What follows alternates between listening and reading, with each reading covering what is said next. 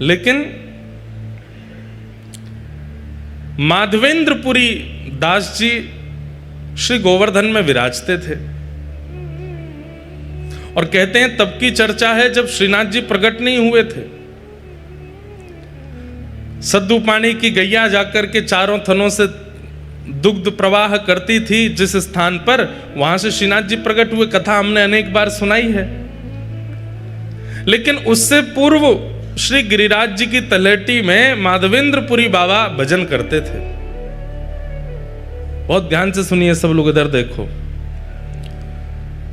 तब उन माधवेंद्रपुरी दास जी को एक छोटे से गोपाल जी, एक छोटे से ब्रजवासी बालक को रूप धारण करके आते और आकर के उनके सामने बैठ के दर्शन लाभ लेते।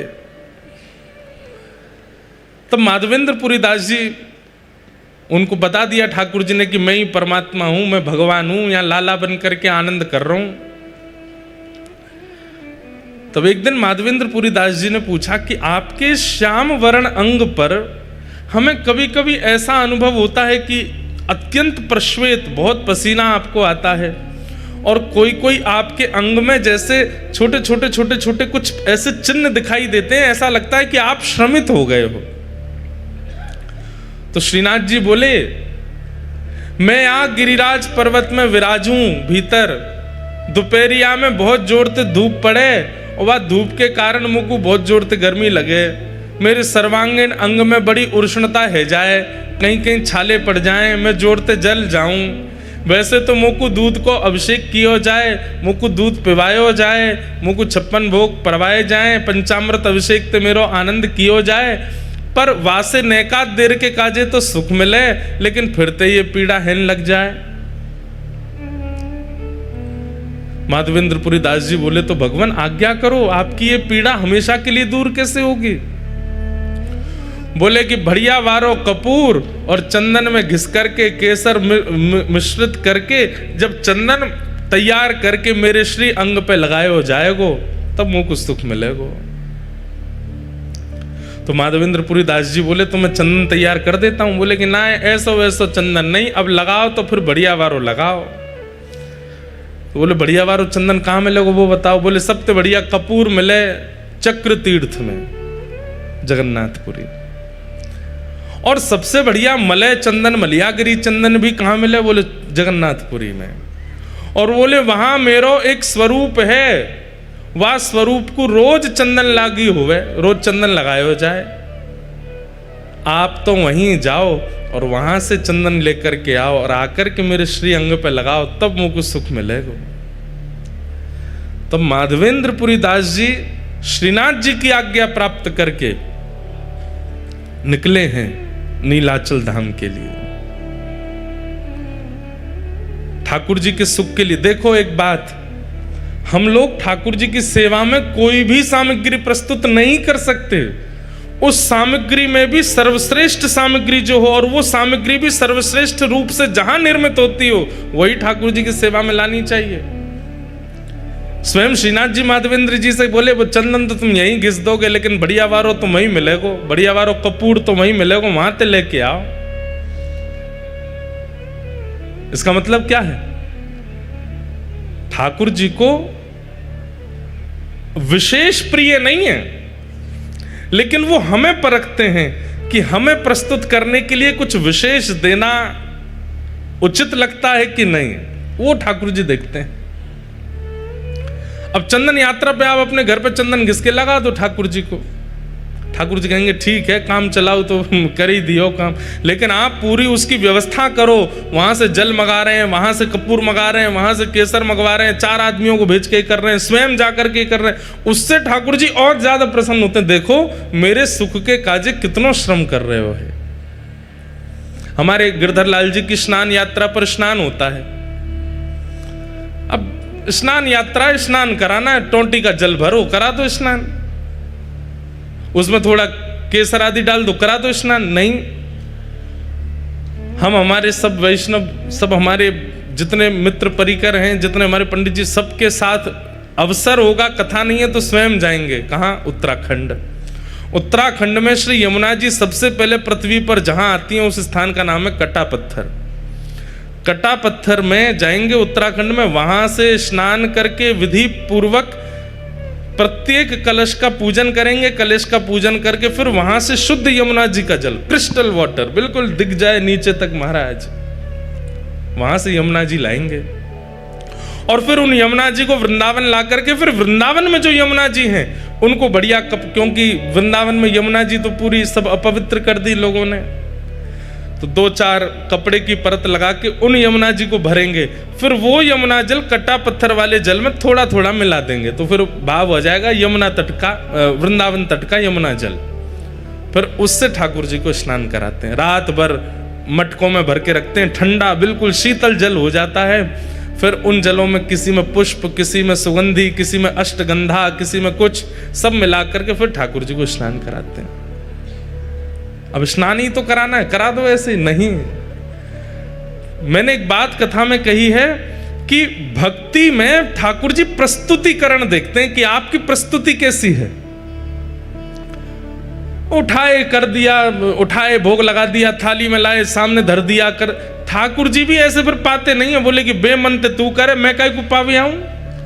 लेकिन जब ठाकुर जी देखते हैं कि बड़े प्रयास करता है, बड़ा श्रम करता है, बड़ा परिश्रम करता है, मनोबुद्धि लगन से लगता है, ठाकुर जी आते हैं स्वीकार करने। इसलिए कभी भी उत्सव कीजिए, उस उत्सव को काम चलाओ मत कीजिए, या तो करिए मत, और करो तो फिर उसमें इतना लगन से करो, इतनी विशेषता प्रकट कर दो।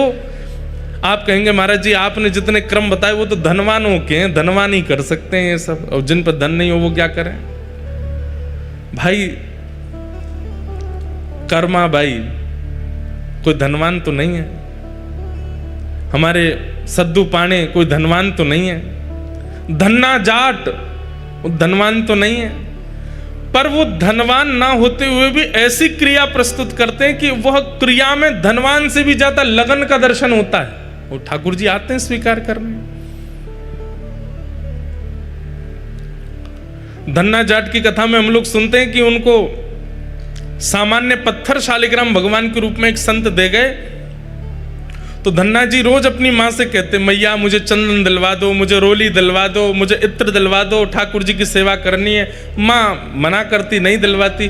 तो फिर धन्ना जी ने क्या किया, बाहर गए और रोली जैसे दिखने वाले पत्थर लेकर के आए, उनको बढ़िया घिसते हैं, और घिसते घिसते लाल रोली बन जाती है। फिर ठाकुर जी के सामने जाके भावना कर देते हैं, ठाकुर जी मुझ पर धन तो इतना नहीं है कि मैं रोली लाऊं, चंदन लाऊं, इसलिए ये रोली जैसा ही रंग है इसका, आप इसको स्वीकार करो। और प्रेम से लेकर के जब पधराते, ठाकुर जी प्रसन्न होते हैं उनके भाव से।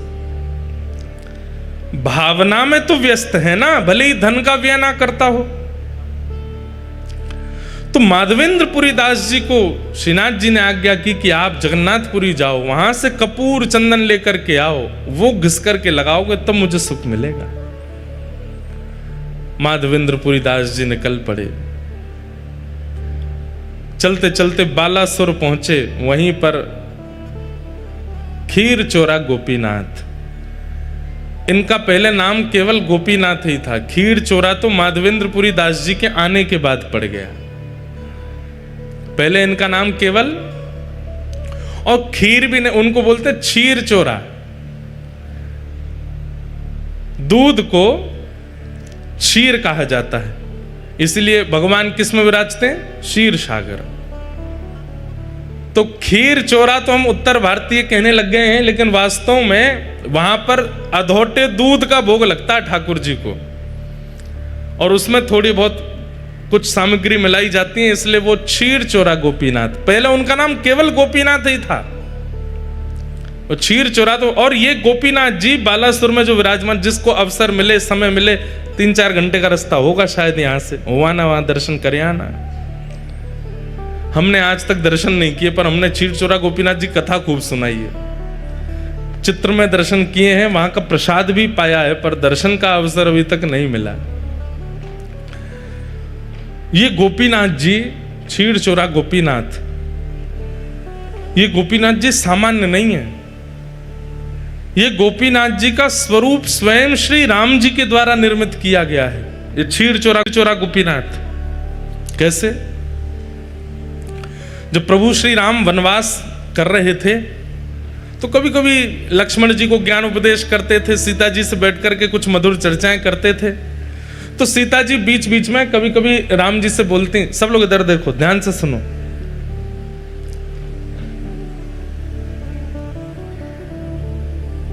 राम जी से कहती, हमने सुना है कि आप द्वापर में कृष्ण रूप धारण करोगे। तो राम जी कहते हैं, हाँ कृष्ण रूप तो धारण करेंगे।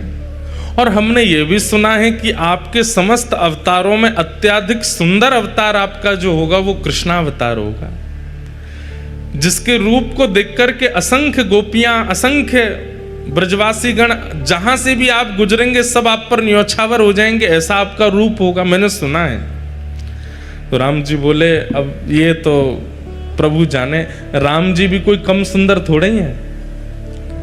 वर्णन आता है कि राम जी जब वनवास करते हैं तो वनवास करते समय वहां के संत जन, वहां के निवासी जन उनके पास राम जी सामग्री लेने के लिए जाते हैं।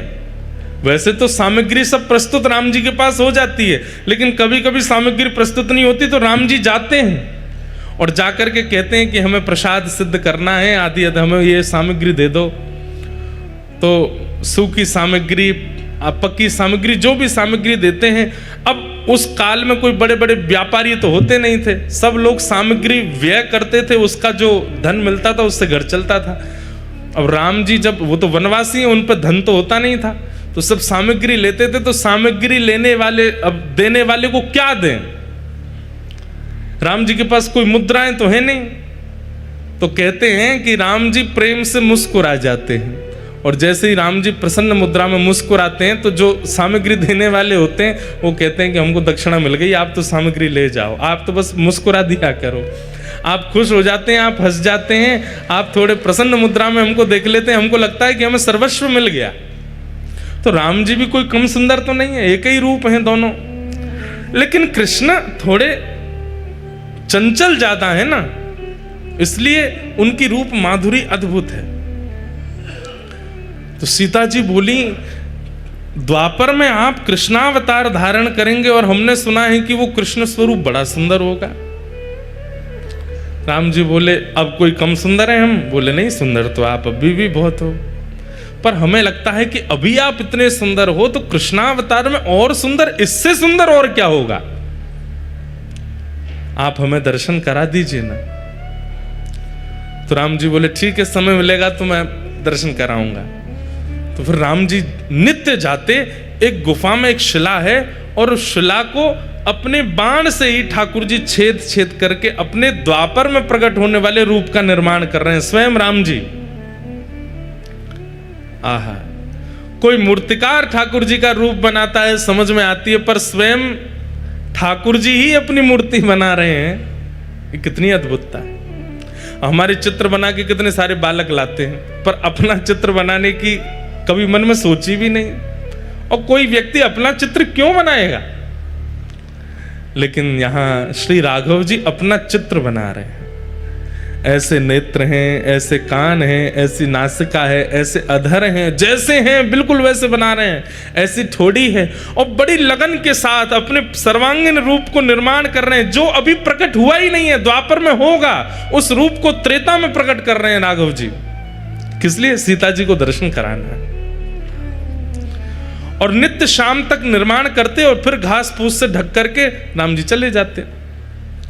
सीता जी प्रश्न करके खुद ही भूल गई कि उन्होंने दर्शन की अभिलाषा की है, और वो ये सोचने लगी कि राम जी दोपहर में गायब होते हैं, रात्रि में आते हैं, जाते कहाँ हैं, और ये पूरा दिन करते क्या हैं।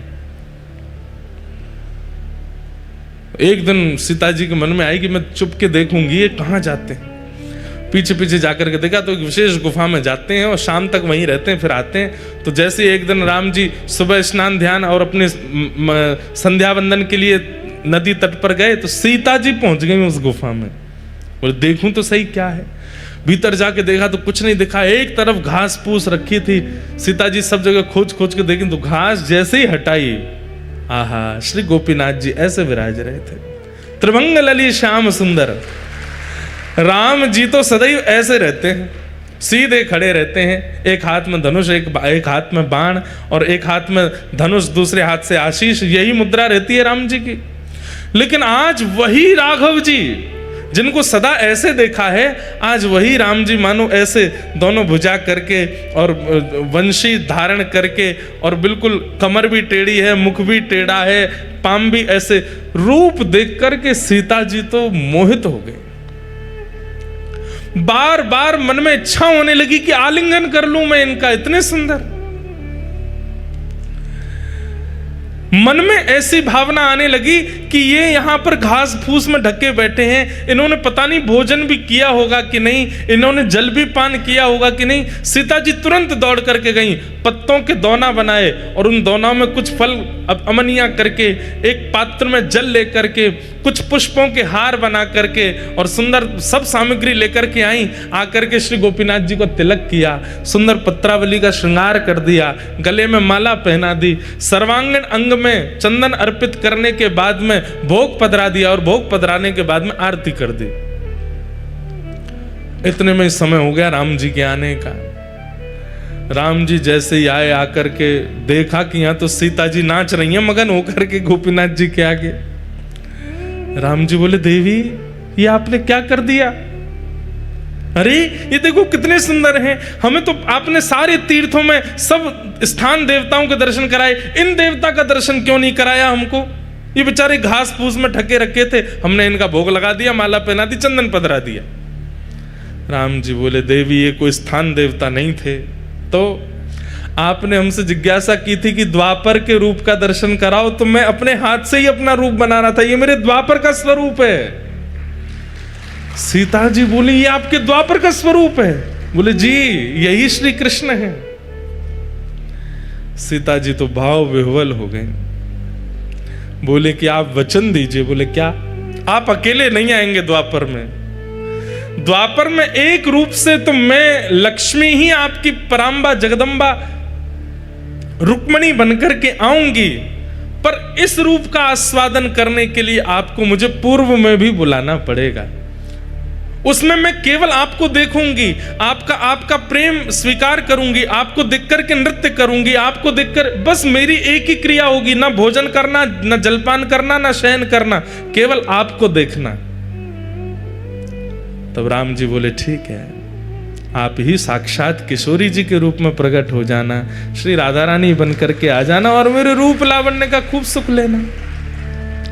लेकिन देवी तुमने इनका तिलक क्यों कर दिया, इनको माला क्यों पहना दी, इनको? बोले क्यों? अभी ये पूरे बने नहीं है, अभी मुझे और निर्माण करना है, अभी ये पूर्ण रूप से सिद्ध नहीं हुए, अभी थोड़ी बहुत।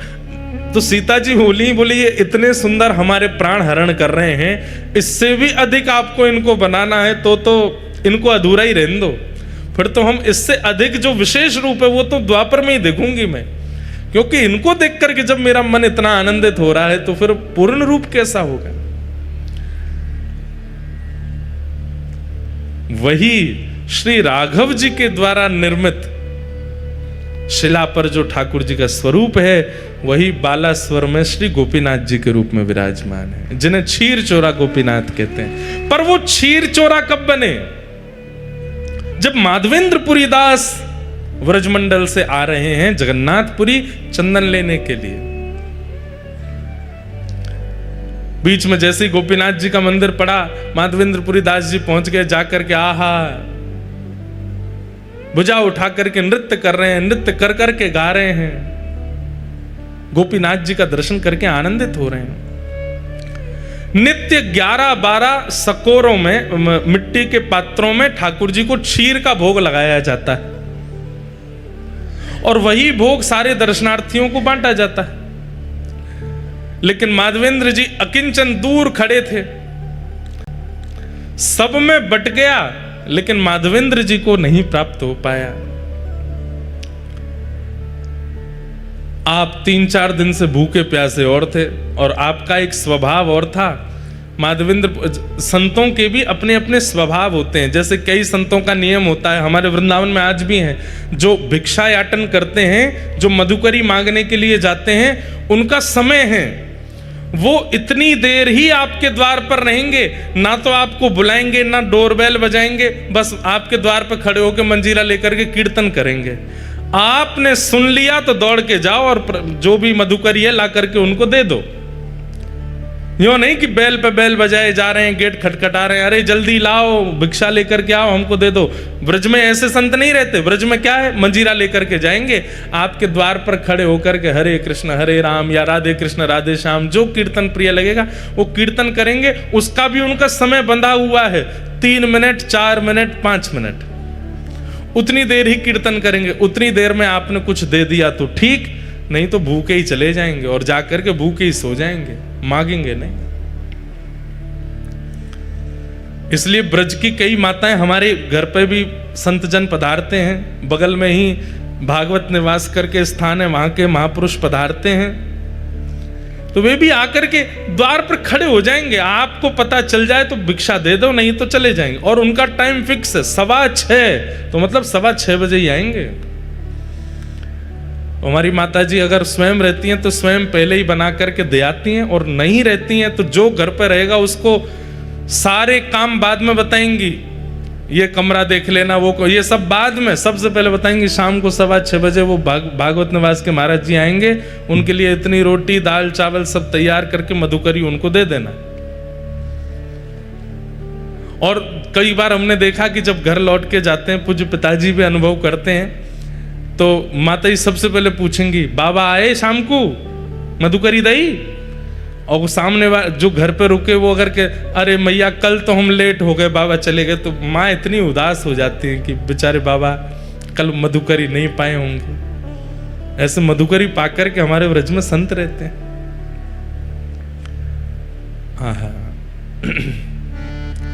श्री माधवेंद्रपुरी दास जी, उनका नियम है कि वो अयाचक हैं। भूख लगेगी प्यास लगेगी लेकिन मांगेंगे नहीं, कोई स्वयं दे जाए तो छोड़ेंगे नहीं तो पालेंगे। और वही माधवेंद्रपुरी दास जी भूखे तो थे लेकिन गोपीनाथ जी का दर्शन करके नृत्य कर रहे थे। पुजारी जी सबको बांट रहे थे, लेकिन माधवेंद्रपुरी दास जी पीछे खड़े, तब तक पहुंचे तो सारा भोग बट गया, उनको नहीं मिला। प्रणाम करके दंडवत करके नृत्य करते हुए दूर बाहर जाकर के एक वृक्ष के नीचे माधवेंद्रपुरी दास जी बैठ गए। बंधुओं, हम लोगों से अपराध गलती हो जाती है, पर ठाकुर जी शब्द याद रखते हैं। अर्धरात्रि में ही श्री गोपीनाथ जी ने दर्शन दिए, किसको? पुजारी जी को। और पुजारी जी के स्वप्न में जाकर के बोले